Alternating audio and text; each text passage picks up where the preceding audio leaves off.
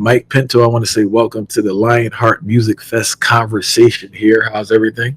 Everything's as good as can be, man. Just had a wonderful weekend. As you can see, I'm pretty tan. I was down in the beaches in Avalon, New Jersey this weekend with family, celebrating my mother's 80th birthday and my daughter's 4th birthday. So I'm in a good place. I'm happy. All right, congratulations on that. Thank All you. right, so we want to get right into it, right? So I know you Okay. grew up in Philadelphia, right?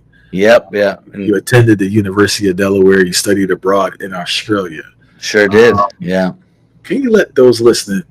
What was it about artists like Jack Johnson and Sublime that really spoke to you during those early years?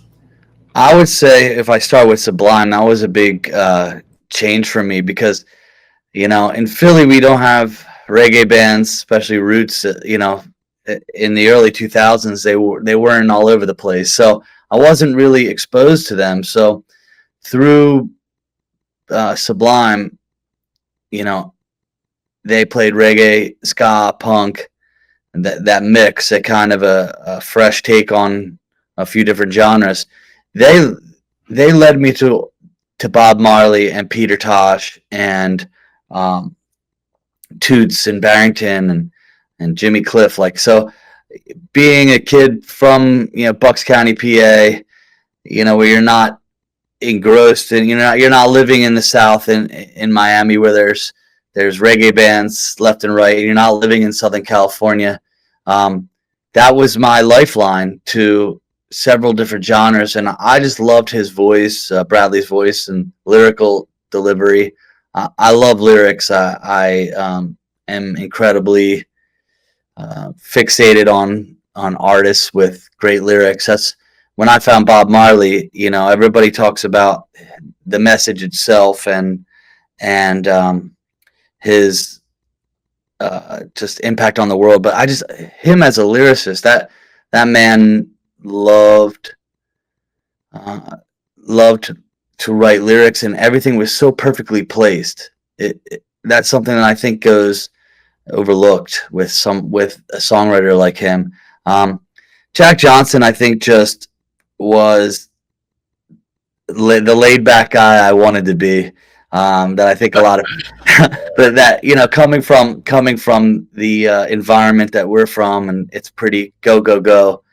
And I think Jack Johnson just kind of taught me to chill out a little bit. I wanted to delve a little deeper into Bob Marley as a lyricist, which you brought up that people don't pay a lot of time, as Hmm. much emphasis on.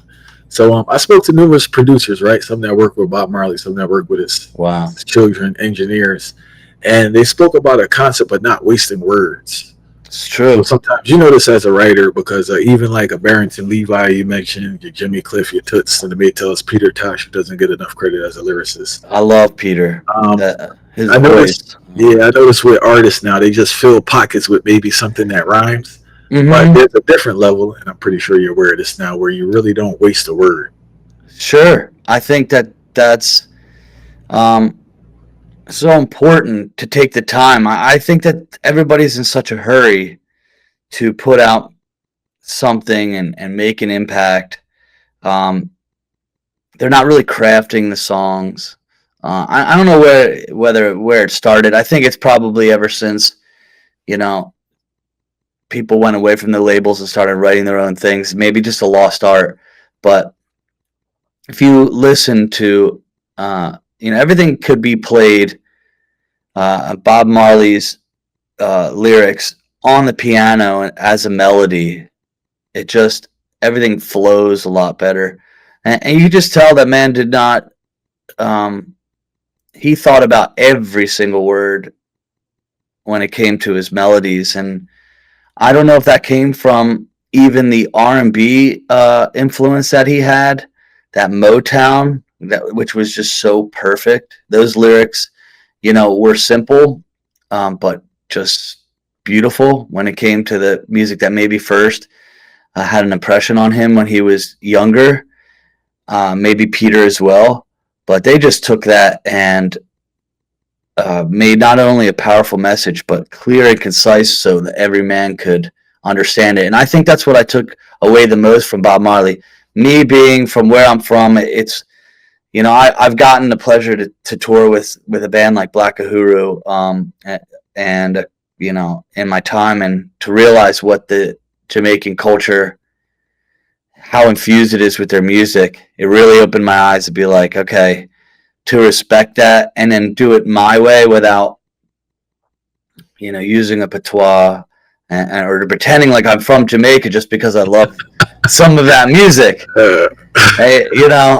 And use it, even the red, gold, and green. I find it, I hold it so sacred, that I respect it to a point where I really try to put my own experiences, my own message into what I'm doing. And I feel like, because even if Bob Marley was alive, and he was listening to my music, I'd want to know, him to tell my experience of what I think of as life. I mean, not to compare myself to Bob Marley at all, but just from listener, for any listener to know where I came from and to know what it means to be me. I think that's so important. And you're clear about who Bob Marley is if you listen to his music and what he stands for. And I think that's just, to me, that's everything in music. It really is. All right. Speaking about environment, right? Mm-hmm. So you lived in California for over a decade, right? Sure. I wanted to ask you as a writer now, right? Put on your writer hat. Oh, yeah. So you have East Coast, West Coast, or international, right? How does your location influence the structure of your music, the sound, and the themes in your songwriting? Wow. I always think that you should have a pair of fresh eyes when it comes from like record to record. I think traveling is important because living on the West Coast, there you kind of look at what are the themes that are similar to where I grew up, and then what are the ones that are different, so I can explain them to people so that people back east where I grew up can still be excited about and still relate to those songs, but let people in on the culture and just see the cultural differences. I mean, Southern California at the time that I lived there, which was from like 06 to 2018, it's a much slower pace. It's like a different vibration, which I'm sure, if you've been to an island, that's the same fact too. I mean, SoCal got pretty crowded from when I first moved there to when I left, but I guess that's the secret's out on a town like San Diego. It's just a beautiful place. But I think that's so important if you really want to see how human beings relate to each other, and what is the difference in different parts. I mean, this country is so beautiful, so vast, but so intertwined in the way that to what it means to be American. I mean, I would love to live abroad as well. I'm not sure exactly where, but I do really enjoy island music, and I've been enjoying that a lot more lately, and just digging into international music a little bit more, especially bands like Khruangbin, who plays like Thai funk, to Chronixx is probably my favorite Jamaican artist today. I mean, I talk about a man with lyrics and delivery. God. And before my next question, since you brought up Chronixx, right? Who's yes. a legend in his own right already. Mm-hmm. What is it about Chronixx that makes him your favorite artist? Not just the lyrical aspect. I know you're gonna talk on that, but in regards to the vast amount of topics he touches on, and also the different styles he presents in them. All right. Well, I've just started digging into him like recently more. Like, I knew his songs, but first of all, his voice is so distinct. Vocal delivery. I mean, there's soul in his voice. He's not really trying to do as much like hip hop as you could still. I mean, you hear that influence in the production, but I think he's a blend of the old and the new. I think he's a man who cares about his lyrics, but you could tell by that. And I mean, you can't beat that voice. You really can't beat. Some people are just, he's born with a gift, and I think he uses it to his full capability. Here Comes Trouble, and that tune is is special. When you hear it, it's like when you first hear it, every song is going to be Chronixx. I always ask artists this, and that importance of understanding chords when creating melody. And is it created better with the piano, or is it created better with the guitar when you're trying to create a melody for a song, in your experience? It's so funny because I'm just, I've left my early youth where you really kind of just feel your way through melodies, and I'm starting to write more songs on the keys, and I feel like when you're close to a melody, sometimes the piano will be a huge aid, and I that's when you hear people say you should learn piano at a young age, because I think it really helps with chord and melodies. I think it's important, but I think when you get that hook in your head, if you're an artist, you find a way to figure out the chord. So you say you're gonna make it work?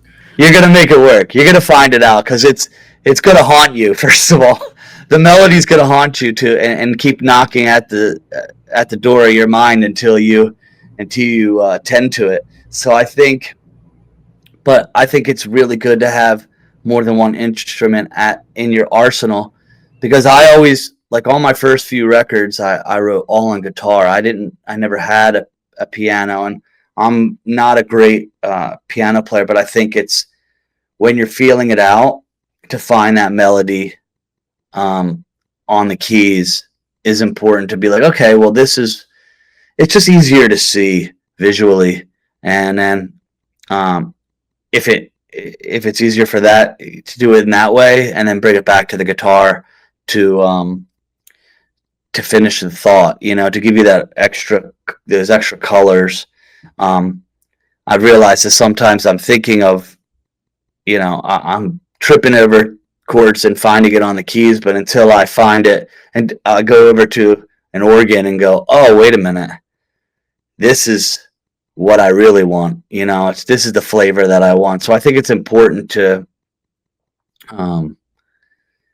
take advantage of multiple instruments. I wish I would have, I think a lot in horns, but I don't play the horn, which is a little frustrating. Maybe it's something I need to change now that I'm getting a little older, is to get it out. I mean, you could do that on the keys too. And that's another beautiful thing with things like Logic is, just going to a 3-piece horn section and playing a D major chord and seeing how that the structure of the 3 horns come together. Yeah, and then playing it in different positions and seeing, oh, wait a minute, do I want the sax on top, or when you weren't like me, I wasn't trained. I never had music class that I attended, so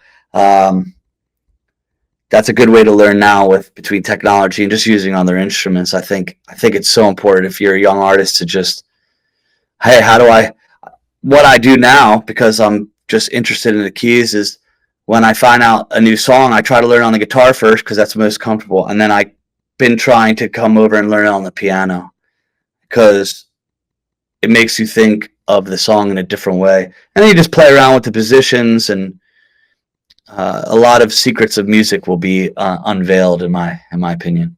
That's a vibe, man. All right, so you mentioned, you keep saying you're older in your craft. You've been doing this a long time. I wanted to ask you, right? Mm-hmm. Things have changed dramatically in regards to promoting your shows, interacting with your audience, the expectation of the audience. What is the biggest difference between promoting yourself now during the origin of Facebook age? Oh, wow. Now with 1,000 different apps that are on killer speed offs. Yeah, it's different. It's definitely different. I think me and I've changed as well, and that's a difficult part, is because people want to see your life. They want to know who you are outside of the music. They want to know your hobbies and things like that. And now I'm a father. I have 2 little girls, and it's really difficult in the internet age for me to my life is my children, and then it's my music, and I try to keep it simple. I try not to get too try not to complicate my life. It's complicated enough.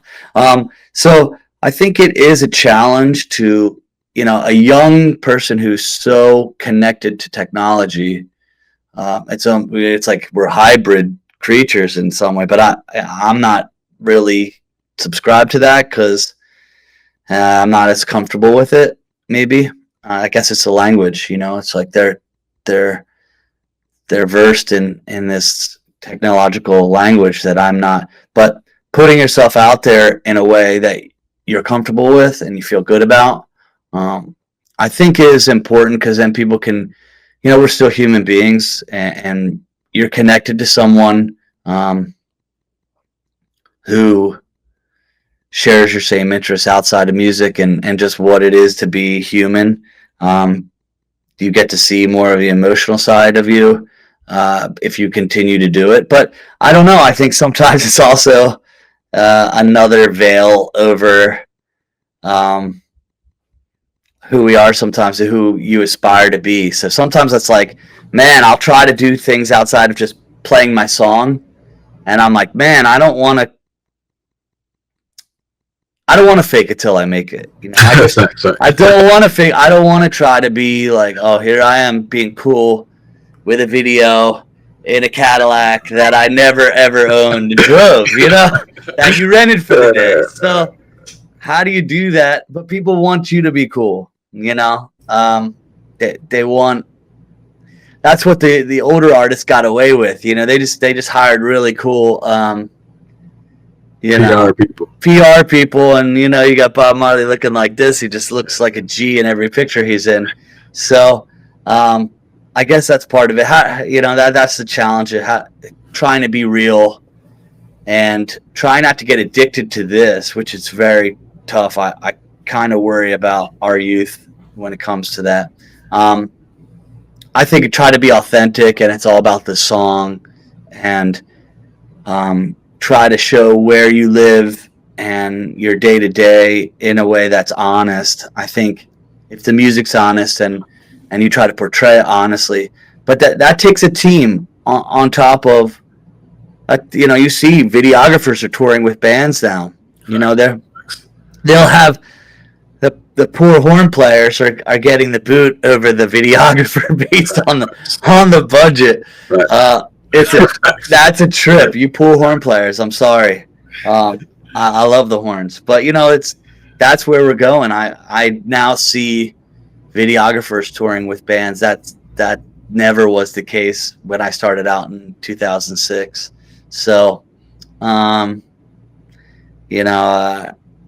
luck, everyone. I don't know the answer. That's what I said. Good luck. Also, because you are a father, you said you have 2 young girls, right? Yeah. Balance. How have you been staying committed to your craft while making time with your family? Also, to another question too, how have you been balancing ambition? Oh man, God, is that the most? That's what I've been struggling with.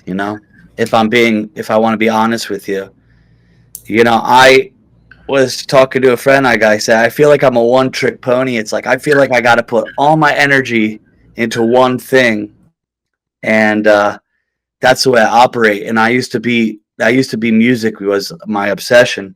Now it's trying to figure out how to balance it as a father. Like, I think I'm a really good father, but sometimes, like, I just built this room and redid it in the basement this last few months, and I'm still trying to figure out my schedule. You have to have a schedule. You have to have a schedule for your mind and body and your music, and then family time. And that, when you tour as a musician, that's the hardest part. So I don't have the answer yet, but if I figure it out, I'll tell you.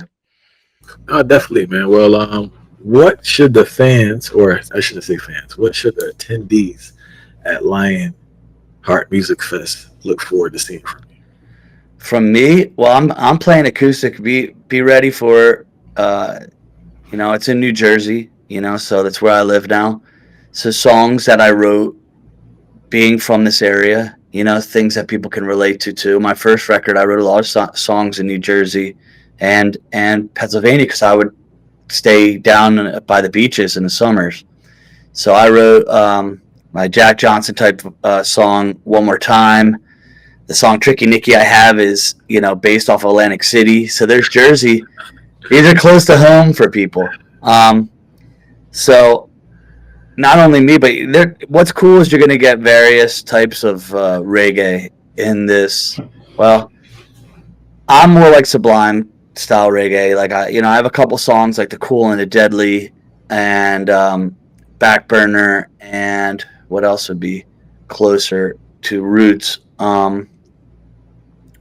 You could start there, Back Burner and Cool and the Deadly, where it feels more roots. I'd like to dig into the roots more, but I just want to. It's so tough to do it in a respectful way because I respect Jamaican culture so much to not, to be giving, which is what they did, and not taking. It's a fine line, but there's great bands that do that at the festival. Mike Love has reggae influence, but is a force of nature that everybody should check out. Sense of Motion is like dub. They're very respectful of the reggae genre, big reggae heads. So Kings of Comrades has that more like West Coast Revolution vibe. I don't know. Is Mighty Mystic on this? No, he's not on this one. Oh, not this one. That guy. You see him doing well because he's respects the roots. So I just think that from me, you're going to get a fresh perspective on someone who blends genres of reggae, ska, Spanish music to surf rock, in a way. And my voice is just, once you hear my songs, it's my voice. Pretty distinct.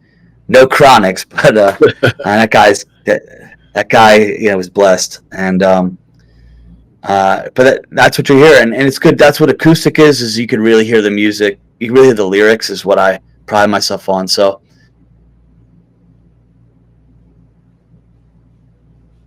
are pretty unique, to be honest. I don't think I write some songs that other people don't write or don't think to write on unique themes, living on the West Coast and Philly and New Jersey. So that's what I have to offer. And last thing before you leave, how did your friends and family respond to you initially when you started playing your style of music? Well, my parents are, I just told you my mom's just turned 80. So my parents are greasers from South Philly. So Rick, straight up, my dad had the slick back hair. I'm not kidding. Doo-wop and straight up. My dad looked like Buddy Holly, his high school picture. I'm not kidding. Italian Buddy Holly. So, I still think, it's how every generation, they don't understand the sound ahead of them, but they support me, and I think I've been long enough at it. But it's funny that you say that, because just this weekend I have cousins that are from the Philly area, and they've never heard me play. Yeah. We're distant cousins, but their son picked up the guitar, and he was trying to learn, and then we saw them down at the beaches, and I played some songs. I played the song Crooks, and my one cousin is a lawyer, so he loved a song called Crooks, because he probably has represented a couple of them in his day. But so it's up to me, when artists, they get a little pissed off, if I'm being honest, because people don't understand what they're doing, especially in their own family. And I think it's just another challenge to relate to them in a way that you try to relate to the listener. And it might not work. I think I've tried to write a couple songs just in hopes that they would enjoy it. And it works. But those are songs that maybe my listeners aren't as excited about. I don't care what anybody says. You want to impress your father, and you want your family you want to be accepted in your tribe. Yep. So I've tried, I've tried, but at some point, that's just that's another flavor, and that's another part of life that I'm kind of glad that they don't care about my success or failures of my career. They just they still see me as their son and the brother. So that's also good to have as a oasis from this journey when you need it, when you just need to be somebody's family member. You don't need none of that pressure of being a musician matters to them. So that's kind of cool too. I don't mind having that. That's a vibe, man. Well, thank you so much for doing the conversation. Everyone is looking forward to your performance at Lionheart Music Fest. Thank you for getting my music out. I mean, this is what I do, like to talk to people who care about music, and so thank you for being a platform for independent artists like myself. That means the world to me.